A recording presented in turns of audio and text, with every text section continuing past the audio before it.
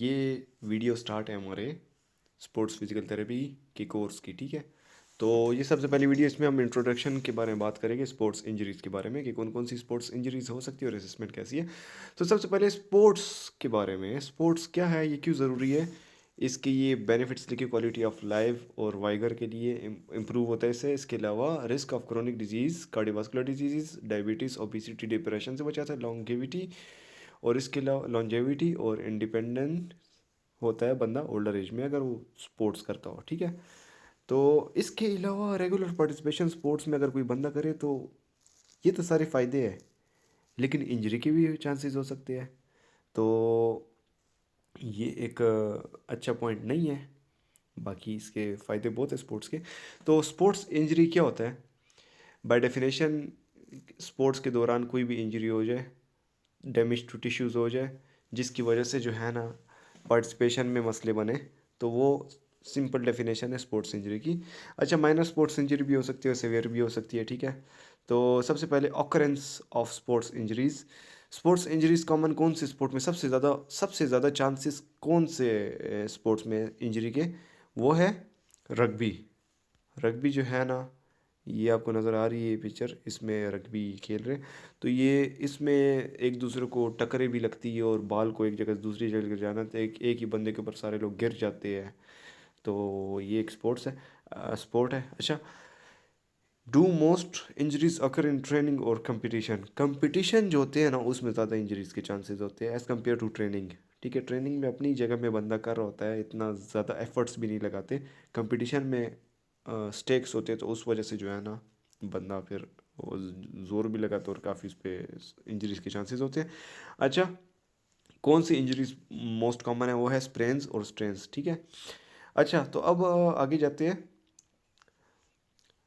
तो ये इन्होंने लिखे हुए हैं टाइप्स ऑफ इंजरीज जो मोस्ट कॉमन है इसमें स्पोर्ट्स में। अच्छा, अब इधर एक इम्पॉर्टेंट टर्म आता है, प्रेवेलेंस एंड इंसिडेंस। ये दोनों इम्पॉर्टेंट टर्म्स है और इसमें काफ़ी लोग कंफ्यूज होते हैं कि इन दोनों में फ़र्क क्या है। सबसे पहली बात कि प्रेवेलेंस जो होता है वो परसेंटेज में बताता है बात, ठीक है। दूसरा इंसिडेंस वो नंबर्स में बताता है। दूसरा फ़र्क क्या है? प्रेवेलेंस जो है ना, वो एक कंडीशन के बारे में अभी बताता है कि अभी कितने केसेस हैं। लेट्स सपोज मैं कहता हूँ कि मैं यूनिवर्सिटी में चेक करना चाहता हूँ कितने स्टूडेंट्स को लो बैक पेन है, तो मैं क्या मालूम करूँगा? प्रेवेलेंस। मैं अभी लोगों को चेक कर रहा हूँ, मैं अभी पता लगा रहा हूँ कि इस टाइम जो है ना करंट केसेस कितने हैं। लेट्स सपोज 50% बच्चों को लो बैक पेन है, तो ये क्या हुआ? प्रेवेलेंस। मैंने उस टाइम चेक किया, उस टाइम जितना लो बैक पेन आया वो था प्रेवेलेंस। इंसिडेंस क्या होता है? इंसिडेंस अलग होता है। इंसिडेंस आपको फ्यूचर के बारे में बता सकते हैं, आने वाले केसेस के बारे में बता सकते हैं। वो कैसे? जैसे कि लोग कहते हैं कि हर 1000 में से 2 बच्चे या एक बच्चा स्पाइना बाइफिडा का शिकार होता है, ये किसी कंडीशन का शिकार होता है। तो वो क्या है? फ्यूचर में बता रहे कि अगर 1000 बच्चे होंगे उनमें से एक जो है उसको होगा। हुए नहीं 1000 बच्चे, वो बता आगे का बता रहा है कि आगे जब 1000 बच्चे होंगे उनमें से इतने को होगा। दिस इज इंसिडेंस, ठीक है। तो इधर इन्होंने ये बात लिखी, टोटल नंबर ऑफ इंडिविजुअल्स जिनको अभी एक स्पेसिफिक पीरियड ऑफ टाइम में डिजीज़ और परसेंटेज में होता है, जबकि इंसिडेंस जो है इस तरह नहीं होता। अब आगे देखिए कि इंसिडेंस को कैसे कैलकुलेट किया जा सकता है। अच्छा, तो इंसिडेंस जो है rate of injuries in a given time बताता है इन अ गिवन पॉपुलेशन। तो एक बंदे की, चलो इंसिडेंस मालूम करते हैं, एक स्पेसिफिक स्पोर्ट्स में एक इंजरी के इंसिडेंस मालूम करते हैं, ठीक है। तो ज़्यादातर ये 1000 आवर्स या 1000 डेज या 1000 पॉपुलेशन में ये होता है, ठीक है। इंसिडेंस का बताते हैं। तो लेट सपोज 1000 आवर्स का देखते हैं। तो लेट सपोज मैं अपनी अगर लेट सपोज अगर बात करूं, अगर मैं किसी स्पोर्ट्स के लिए 39 वीक्स के लिए ट्रेनिंग करता हूं, 39 वीक्स लेट सपोज मैं क्रिकेट खेलता हूं, ठीक है। उन 39 वीक्स में मैं 7 आवर्स ट्रेनिंग करता हूँ, ठीक है। तो मतलब टोटल मैं कितने आवर्स ट्रेनिंग करता हूँ? 7 आवर्स पर वीक, सॉरी। हाँ, तो एक वीक में मैं 27 hours training, sorry 7 hours training करता हूँ और टोटल में 39 वीक्स ट्रेनिंग करता हूँ। तो एक 39 वीक्स हो गया और उस हर वीक के अंदर में 7 आवर्स, तो इसको मल्टीप्लाई करेंगे तो हमारे पास 273 आवर्स आ गया। ये एग्जांपल मैं दे रहा हूँ, ठीक है। अगर 40 और 40 वीक है, अगर मैं 40 वीक करता हूँ या 1 ईयर करता हूँ, तो उसको डिपेंड करता है उसको ऑर्स के साथ हम लोग मल्टीप्लाई कर देंगे तो हमें आ जाएगा ऑर्स में आंसर, ठीक है। और इस ऑर्स में कितनी इंजरीज मुझे हुई, ठीक है। तो लेट सपोज मैंने 40 वीक्स के लिए परफॉर्म किया, ये 39 वीक्स के लिए परफॉर्म किया, और हर वीक में मैंने 7 आवर्स ट्रेनिंग की, और उसके बाद मुझे पता चला यार मैंने जब ये 39 वीक्स के लिए ट्रेनिंग की थी उसमें मुझे 8 बार इंजरी यूज हुई है, तो इंसिडेंस निकालूंगा। इसी तरह इंसिडेंस कैसे एक स्पोर्ट्स का निकलता है, एवरेज लेते हैं।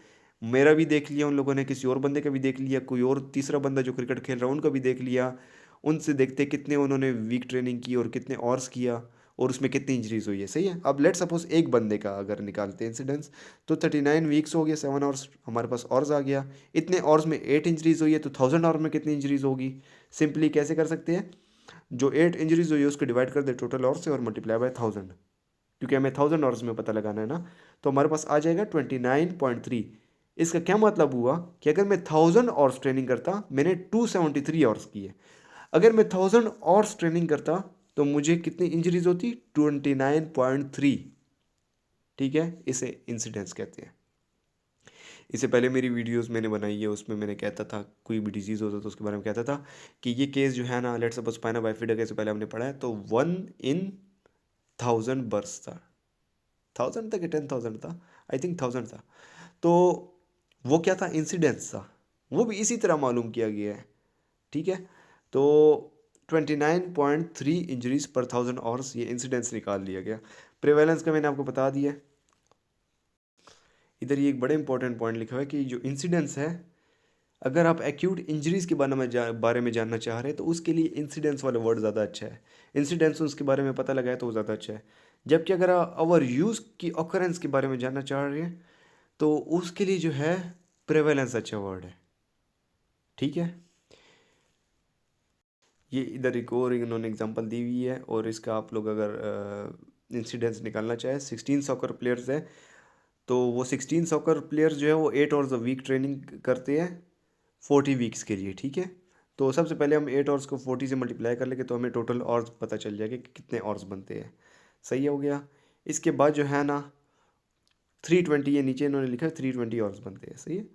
और इस 320 आवर्स के दौरान जो है 46 इंजरीज हुई है 16 प्लेयर्स को।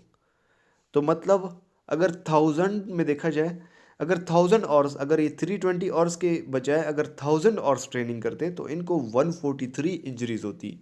कितनों को, 16 प्लेयर्स को 143 इंजरीज होती।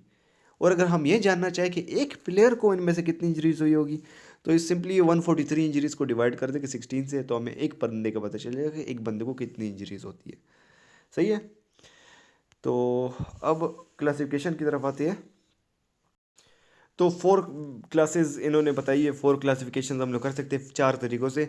सबसे पहले तो ये देख सकते हैं कि टाइम कितना लिया है, ठीक है, एक इंजरी ने। अगर एक्यूट हो सकती है, ओवर यूज़ मतलब, एक्यूट मतलब एकदम से इंजरी हो गई है, ठीक है, जल्दी हुई है, टाइम कम लिया इंजरी ने, अभी लगा बाल और एकदम से इंजरी हो गई, ठीक है। दूसरा ओवर यूज़ है, ओवर यूज़ में आप बार बार एक मूवमेंट करते हैं, वक्त के साथ साथ आपको इंजरी डेवलप होती है, तो वो ज़्यादा टाइम लेती है। तो टाइम की बेसिस पे हम एक्यूट और ओवर यूज़ में डिवाइड कर सकते हैं इंजरीज़ को, ठीक है। दूसरा है टिश्यू टाइप, कौन सा टिश्यू इफेक्ट हुआ है, सॉफ्ट टिश्यूज इफेक्ट हुए, हार्ड टिश्यूज इफेक्ट हुए, सही है। अगर सॉफ्ट टिश्यूज है तो स्किन हो गई है, इस तरह मसल्स हो गए, तो ये सॉफ्ट टिश्यूज में आता है। अगर उनकी इंजरी हुई तो हम कह सकते हैं सॉफ्ट टिश्यू इंजरी हुई है। अगर हार्ड टिश्यू है, जिस तरह बोन हो गया, तो हम कहते हैं हार्ड टिश्यू इंजरी हुई है, फ्रैक्चर्स हो गए जिस तरह। अच्छा, सेवेरिटी ऑफ इंजरी की बेसिस पे क्लासीफाई कर सकते हैं कि माइल्ड इंजरी हुई है, मॉडरेट हुई है, सेवियर इंजरी हुई है, ठीक है। इसके अलावा जो है किस टाइप के इंजरी के साथ बंदा है, जैसे कि प्राइमरी इंजरी या सेकेंडरी इंजरी। प्राइमरी मतलब एक प्रॉब्लम है, एक बॉल लगा है, वो उधर आके इंजरी हो गई, उस इंजरी की वजह से एक और इंजरी हो जाए, उसकी वजह से कोई और कॉम्प्लिकेशन आ जाए, तो वो दूसरी इंजरी कहलाती है, ठीक है। तो ये 4 डिफरेंट क्लासिफिकेशन है, एक्यूट और ओवर यूज़ का ये बता दिए। कॉमन एक्यूट इंजरीज़ का इन्होंने लिखा हुआ है, ठीक है, इसमें कुछ कुछ इतना मुश्किल नहीं है। ओवर यूज़ का भी आपको पता है। तो आगे जाते हैं। कॉमन ओवर यूज़ इंजरीज़ जो है कौन कौन सी हो सकती है, ऊपर कॉमन एक्यूट इंजरीज़ लिखी हुई थी, कॉमन ओवर यूज़ का लिखा हुआ है, सही हो गया। ओवर यूज़ इंजरीज़ का पता लगाना थोड़ा मुश्किल होता है, क्योंकि इतनी, एक तो पता नहीं चलता इनका, तो डायग्नोसिस इसकी मुश्किल होती है, ठीक है, और मैनेजमेंट भी मुश्किल होती है, क्योंकि काफ़ी टाइम से इंजरी हो रही है, इंजरी हो रही है, एकदम तो नहीं हुई ना, तो काफ़ी टाइम एक किस्म से क्रोनिक केस होता है। अच्छा, tissue type, soft tissue, hard tissue या स्पेशल टिश्यू इफेक्ट हुआ है, सही हो गया। तो ये एग्जांपल इन्होंने लिखे, मसल स्ट्रेन जो है सॉफ्ट टिश्यू हो गया, फ्रैक्चर हार्ड टिश्यू हो गया, कंकशन स्पेशल टिश्यू इंजरी होगी। सेवेरिटी की बेसिस पे कर सकते हैं, माइल्ड इंजरी हो गई, मॉडरेट इंजरी हो गई, सेवियर इंजरी हो गई। ये टाइम ड्यूरेशन लिखी हुई है, आप लोग एक नज़र देख लें कि हर एक में कितना टाइम लगता है, सही है। डिलेड ऑनसेट मसल सोरनेस जो है, जब 1 या 2 दिन के अंदर जो है, लेट सपोज एक एक्सरसाइज करे बंदा और उसके 24 आवर्स के बाद जो है ना उसको सोरनेस शुरू हो, अगले दिन उस टाइम ना हो, एक्सरसाइज के दौरान उसे सोरनेस हो लेकिन बाद में उसे मसल में पेन हो। जैसे बाद लोग जिम करते काफ़ी टाइम बाद जिम करे, या खाना उनका ठीक ना हो, डाइट सही ना हो, तो वो जो है उस उनको डिलेड ऑनसेट मसल सोरनेस होती है, ठीक है। तो ये आगे जाते हैं, ये हीमाटोमा की इन्होंने बताया हुआ है, हीमाटोमा क्या होता है। इसके अलावा डायरेक्ट और इनडायरेक्ट इंजरी का बताया हुआ है, डायरेक्ट इम्पैक्ट इंजरी और इनडायरेक्ट मसल के बारे में। अगर मसल को डायरेक्ट आके कोई चीज़ लगे बाहर से, इसको एक्सट्रिंसिक भी कह सकते हैं, सही है। जबकि इनडायरेक्ट क्या है, इंट्रिंसिक इंजरी है, अंदर बॉडी की अपनी इंजरी है, ठीक है, उसके अंदर जो टीयर हो गया मसल का फाइबर ज़ोर से, तो ये सही है। अच्छा, अब वो जो ये वाली बात थी, जो वो लास्ट टाइप थी, which injury the individual presents with, तो इसके बारे में इन्होंने लिखा हुआ है, किधर गया, प्राइमरी कंसिक्वेंशियल वर्सेस सेकेंडरी कंसिक्वेंशियल इंजरी, ठीक है। तो ये वही मैंने जो आपको स्टार्ट में बता दिया था कि एक प्राइमरी इंजरी और एक secondary injury. Simply secondary injury को कैसे हम लोग बचा सकते हैं, एक बंदे को प्राइमरी इंजरी होगी, लेट सपोज उसका हेड लग गया है तो उसको चक्कर आ रहे हैं, तो चक्करों की वजह से वो फिर से गिर सकता है, फिर से उसे इंजरी हो सकती है, वो सेकेंडरी इंजरी होती है, दूसरी बार इंजरी हो तो फिजिकल थेरेपिस्ट जो है गुड पोस्चर और गेट को प्रमोट कर सकता है ताकि सेकेंडरी इंजरी से बचा जा सके बंदा। इसके अलावा केयरफुल प्लानिंग करे रिहेबिलिटेशन प्रोग्राम्स और गोल की, और जब तक वो बंदा ठीक ना हो उसको स्पोर्ट्स के लिए ना छोड़े, ठीक है। इसके अलावा क्रचेज और फिटिंग्स ऑफ ब्रेसेस सही तरीके से उसके एडजस्ट करें, तो इन तरीक़ों से बचा जा सकता है। तो इसके बाद इन्होंने ये एग्जांपल लिखी हुई है कि एक बंदे को जिसको LCL स्प्रेन हुआ है, lateral collateral ligament of the knee का स्प्रेन हो गया है, तो वो उसकी वजह से सही से चल नहीं सकेगा। जब चल नहीं सकेगा तो दूसरे पाँव पे भी ज़्यादा लोड डालेगा, अपना पोस्चर भी थोड़ा सा अलग करके चलेगा, तो उस वजह से लो बैक पेन हो सकता है। तो लो बैक पेन क्या हुआ, सेकेंडरी नन कंसेक्वेंशियल, ठीक है। कंसिक्वेंशियल नन कंसिक्वेंशियल क्यों लिखा हुआ है ये मैं आपको बता दूं। कंसिक्वेंस मतलब एक वजह से इंजरी हुई है, ठीक है। प्राइमरी मतलब बाल आके लगा, या बंदा गिरा तो उसका सर लगा, या लेट सपोज ये स्प्रेन की इधर एग्जांपल दी हुई है, वो क्या हुआ, कंसिक्वेंस हुआ है, झटका लगा या बाल उसे लगा तो उसके नतीजे में हुई इंजरी, तो इसलिए कंसिक्वेंस कहते हैं। जबकि सेकेंडरी नॉन कंसिक्वेंस वो उसके नतीजे में नहीं हुई, दूसरी जो इंजरी होती है वो क्या कहते हैं बाल की वजह से नहीं हुई, वो उसकी बॉडी के अपना जो था उसकी वजह से हुई, तो वो नॉन कंसिक्वेंशियल हो गई, सही है। तो इसके बाद लिखा हुआ है कि इंजरी की कॉज क्या है, ठीक है, इंजरी कौन कौन सी चीज़ों की वजह से हो सकती है। तो दो मेन चीज़ें, दो चीज़ों में कैटेगरीज इनकी डिवाइड हुई है, intrinsic cause and extrinsic cause, सही है। तो सबसे पहले हमें कॉज का पता होना चाहिए। आपके पास एक पेशेंट आया तो आप कॉज जाने उसे, क्योंकि उसी की बेसिस पे अगर आपको कॉज पता चल गया तो आप इजीली डायग्नोज कर सकोगे क्या इसको मसला हुआ है। इसके अलावा रिहेबिलिटेशन भी अच्छी कर सकोगे, ट्रीटमेंट भी अच्छी दे सकोगे। इसके अलावा जो है ना, इसलिए कॉज जानना ज़रूरी है क्योंकि लेट्स सपोज एक बंदे को ब्रूजिंग हुई हुई है, उसकी डिफरेंट कॉजेज हो सकती है, दूसरे बंदे को किसी और वजह से हो सकती है वही सेम ब्रूजिंग, तो दो एक ही सेम इंजरी जो है उसकी कॉजेज अलग हो सकती है, इसलिए कॉजेज जानना ज़रूरी है, ठीक है। तो दो में इसको स्पेसिफिकली डिवाइड किया जाता है। इंट्रिंसिक कॉज हो सकती है या एक्सट्रिंसिक, मतलब बॉडी का अपना कोई फैक्टर है जिसकी वजह से इंजरी हुई है, या बाहर का कोई चीज़ है जिसकी वजह से इंजरी हुई है। अगर मैं चल रहा हूँ और मेरी टांग जो है ना एकदम से मेरा मसल रप्चर हो जाए, या मैं वेट लिफ्टिंग कर और मसल रप्चर हो जाए, ये इंट्रिंसिक काज हो गई, ठीक है। Anatomical factor, physiological factor, nutritional, individual difference, age factor, ये सब आ सकती है। एज की वजह से अगर किसी को बंदे को इंजरी हो रही है, न्यूट्रिशन नहीं सही से कर ले रहा उसकी वजह से इंजरी हो रही है, फिजियोलॉजिकल, एनाटॉमिकल, ये सब आ सकते हैं, ठीक है। ये फिर हर एक में लिखा है एनाटॉमी में कौन कौन से फैक्टर्स हो सकते हैं जिसकी वजह से हो सकती है, फिजियोलॉजिकल कौन सी हो सकती है, न्यूट्रिशनल कौन सी हो सकती है, इंडिविजुअल कौन से हो सकते हैं, एज फैक्टर्स कौन से हो सकते हैं। अच्छा, अब एक्सट्रिंसिक कॉज, सॉरी वो मैंने वो जो एग्जांपल दी थी वो इसमें देना मैं चाह रहा था, एक्सट्रिंसिक बाहर का कोई फैक्टर हो, ठीक है ना।